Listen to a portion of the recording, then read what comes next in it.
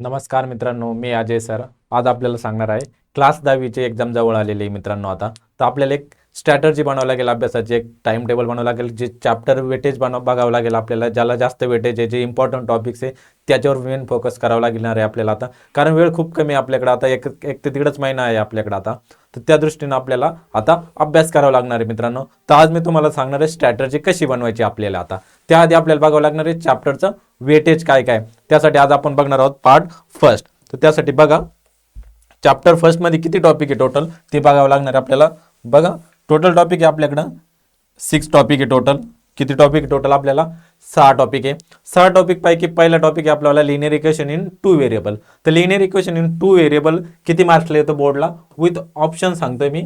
बोर्डला किती मार्कला आहे? 6 ते 8 मार्कला. हे प्रिव्हियस आलेले मागच्या 2 ते 3 वर्षातले पेपर बघून केलेलं एक सोल्युशन काढलेलं एक आपण एक की 6 ते 8 मार्कला येतो लिनियर इक्वेशन इन 2 व्हेरिएबल. त्यानंतर सेकंड चॅप्टर आहे आपल्याला क्वाड्रेटिक इक्वेशन. कोणता चॅप्टर आहे? Quadratic equation. क्वाड्रेटिक इक्वेशन किती मार्क्सला येतो मित्रांनो? 8 ते 10 मार्कला येतो. इम्पॉर्टंट टॉपिक आहे हा खूप. 8 ते 10 मार्कला येतो आणि खूप सोपा आहे. त्यात कोणते टॉपिक इम्पॉर्टंट आहे ते तर बघणार आहोत आपण, पण खूप सोपा टॉपिक आहे आणि मार्क्स देणार आहे. ॲव्हरेज 8 ते 10 पैकी मार्क देतो म्हणजे देतो. त्यानंतर आहे अर्थमॅटिक प्रोग्रेशन. अर्थमॅटिक प्रोग्रेशन किती मार्कला आहे? 8 ते 10 मार्कला आहे. हा तर खूप इजी आहे. 2 फॉर्म्युला आहे फक्त, टी एनचा आणि एस एनचा, आणि सगळं त्याच्यावरच डिपेंडिंग आहे. टी एनचा फॉर्म्युला काय सांगतो? A plus n minus 1 d, आणि एस एनचा फॉर्म्युला काय सांगतो? S n upon 2a plus n minus 1 d. पूर्णपैकी यावर डिपेंडिंग आहे. त्यानंतर येतं फायनान्शियल प्लॅनिंग. हा तर जीएसटी वगैरे सगळं आपल्या डेली लाईफच्या जीवनाशी संबंधित आहे. खूप इजी मार्क, खूप इजी चॅप्टर आहे हा पण. यात पण काही जास्त फॉर्म्युला नाही, थेरॉटिकल वगैरे. हा पण 6 ते 8 मार्क लेतो. टोटल मार्क किती होत आहे मित्रांनो? जर मिनिमम पकडले आपण, इथून 6 पकडले, इथून 8 पकडले, 8 आणि 6 किती? 14. 14 प्लस 8 किती? 14 प्लस 8 किती? 22. 22 आणि 6 किती? 26. आणि हे किती आहे? 6 16, म्हणजे टोटल किती झाले? 40 मार्क तुमचे झाले. हे विथ ऑप्शन सांगितलेले आहे. त्यात प्रॉबिलिटी पण खूप सोपा आहे. एकच फॉर्म्युले प्रॉबिलिटी फाइंड आउट करा. 6 हे तर फ्रीचे मार्क्स आहे. प्रॉबिलिटी काय असतं? फ्रीचे मार्क्स असतात मित्रांनो, काहीच नाही त्यात. सगळे आपले 2 कॉइन टॉस केले, एक डाईस असेल, एक डाईस आणि कोण असेल. त्यानंतर सगळ्यात महत्त्वाचा आपल्या सगळ्यांचा आवडतीचा गेम असतो, जो काय कार्ड्स गेम असतो. कार्ड्स प्ले करणं म्हणजे पत्ते. सगळ्यांना माहिती आहे ना, कॅट, पत्त्याचा कॅट सगळे खेळताय ना. मेरे रमी सर्कल वगैरे बघितलं असेल तुम्ही. त्यानंतर आहे स्टॅटिस्टिक. स्टॅटिस्टिक पण 2-3 कन्सेप्ट आहे, मीन, मीडियन आणि ग्राफिकल. तर 101% आहे स्टॅटिस्टिक आणि लिनियर इक्वेशन दोन्हीतून. ग्राफ 101% आहे, म्हणजे 3-3 मार्कला ग्राफ आला तर 6 मार्क ते फिक्स झाले मित्रांनो तुमच्यावाले, कारण ग्राफ तर विजी. आता बघू आपण अल्जेब्रामध्ये कोणत्या टॉपिक मधले कोणते इम्पॉर्टंट पॉईंट्स आहे. आता लिनियर इक्वेशन मध्ये कोणत्या याच्यावर मार्क्स क्वेश्चन आलेले ते बघू मित्रांनो. बघा, हायेस्ट प्रायोरिटी मस्ट प्रिपेअर थ्रूली. हे कंटिन्यूली प्रिपेअर करायचे म्हणजे करायचे. याच्यावर 100% क्वेश्चन असतोच. कोणता question? Mean, median, mode with proper step. Mean कशी फाइंड आउट करायची, मीडियन कशी फाइंड आउट करायची, मोड कसा फाइंड आउट करायचा, याच्यावर प्रॉपर क्वेश्चन तयार करायचे म्हणजे तयार करायचे. आणि टेक्स्टबुकच्या बाहेर काही येतच नाही, हे तुम्हाला माहिती. टेक्स्टबुकच्या बाहेरचं काय येतं का? नाही. मग काय करायचं? टेक्स्टबुक मधले प्रॅक्टिस सेट मधले जेवढे पण एक्झाम्पल असेल, प्रॉब्लेम सेट असेल, प्रॅक्टिस सेट असेल, त्यातले सगळे एक्झाम्पल सॉल्व्ह करायचे. मीनचे असेल, मीडियनचे असेल, मोडचे. याच्यावर 101% एक क्वेश्चन येतो म्हणजे येतो फिक्स. फिक्स क्वेश्चन आहे. 3 मार्क्स किंवा 4 मार्क्स. याच्यावर 3 मार्क्स किंवा 4 मार्क्स फिक्स क्वेश्चन आहे. इथून 3 मार्क्स जरी पकडले तुम्ही, हे 3 मार्क्स.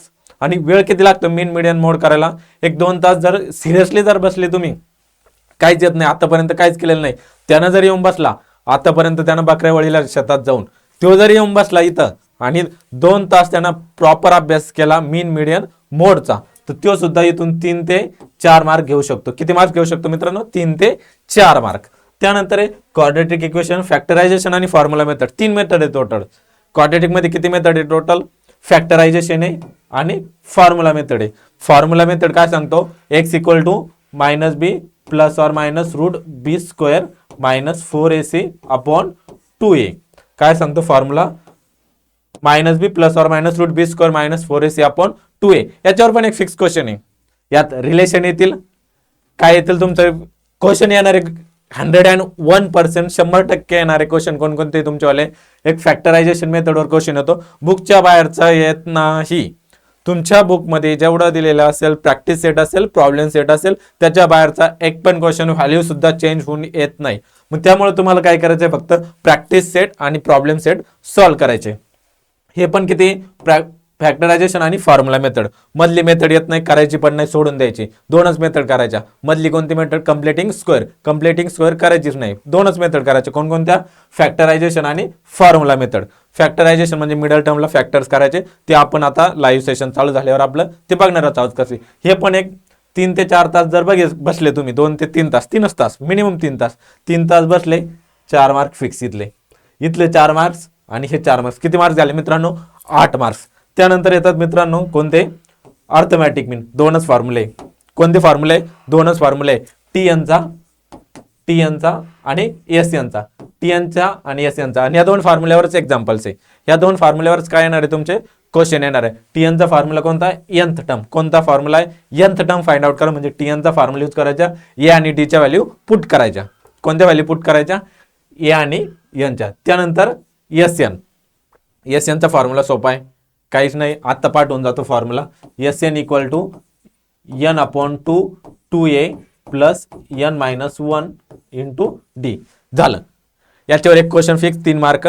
आणि इकडे दोन्हीपैकी एक कोणता तरी क्वेश्चन येणार. म्हणजे किती झाले मार्क मित्रांनो, ते 3, हे ते 4, इथून 3च पकडा. 4 आणि 4 8 आणि 3 किती, 11 मार्क झाले. किती मार्क झाले मित्रांनो, 11.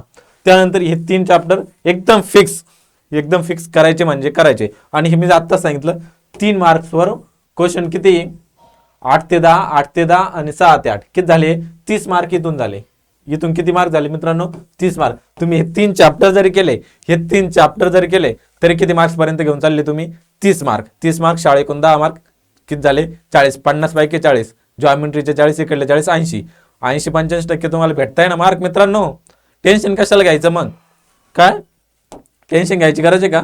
नापास होणं अवघड मित्रांनो, पास होणं तर 5 तास पण झाले. तुम्ही पास व्हायचं टेन्शन नाही, तुम्हाला 90+ मार्क घ्यायचे. आता एक्स्ट्रा काय करावं लागणार तुम्हाला 90+ एक्स्ट्रा घेण्यासाठी, तर medium property, linear equation in 2 variable chapter करायचा. लिनियर इक्वेशन इन 2 व्हेरिएबल एकदम इझी टॉपिक आहे, काहीच टेन्शन नाही.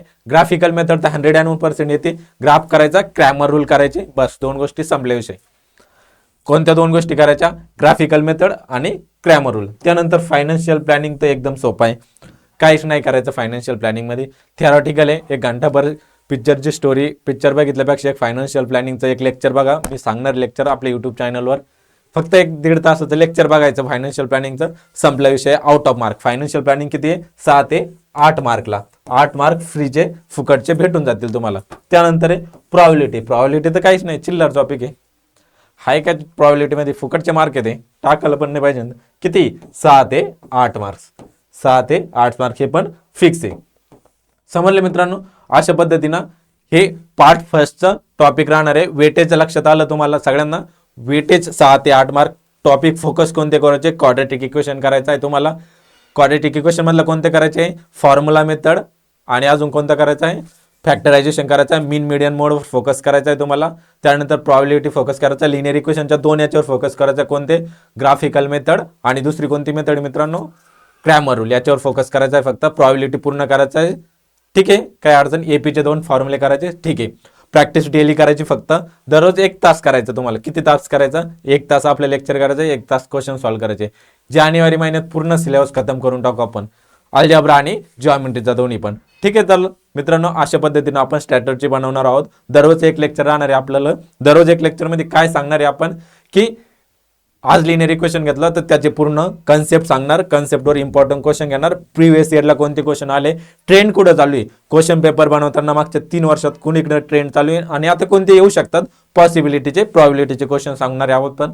ठीक आहे मित्रांनो, अशा पद्धतीने आपण भेटू उद्या 7 वाजता लाईव्ह लेक्चरमध्ये. ठीक आहे, धन्यवाद.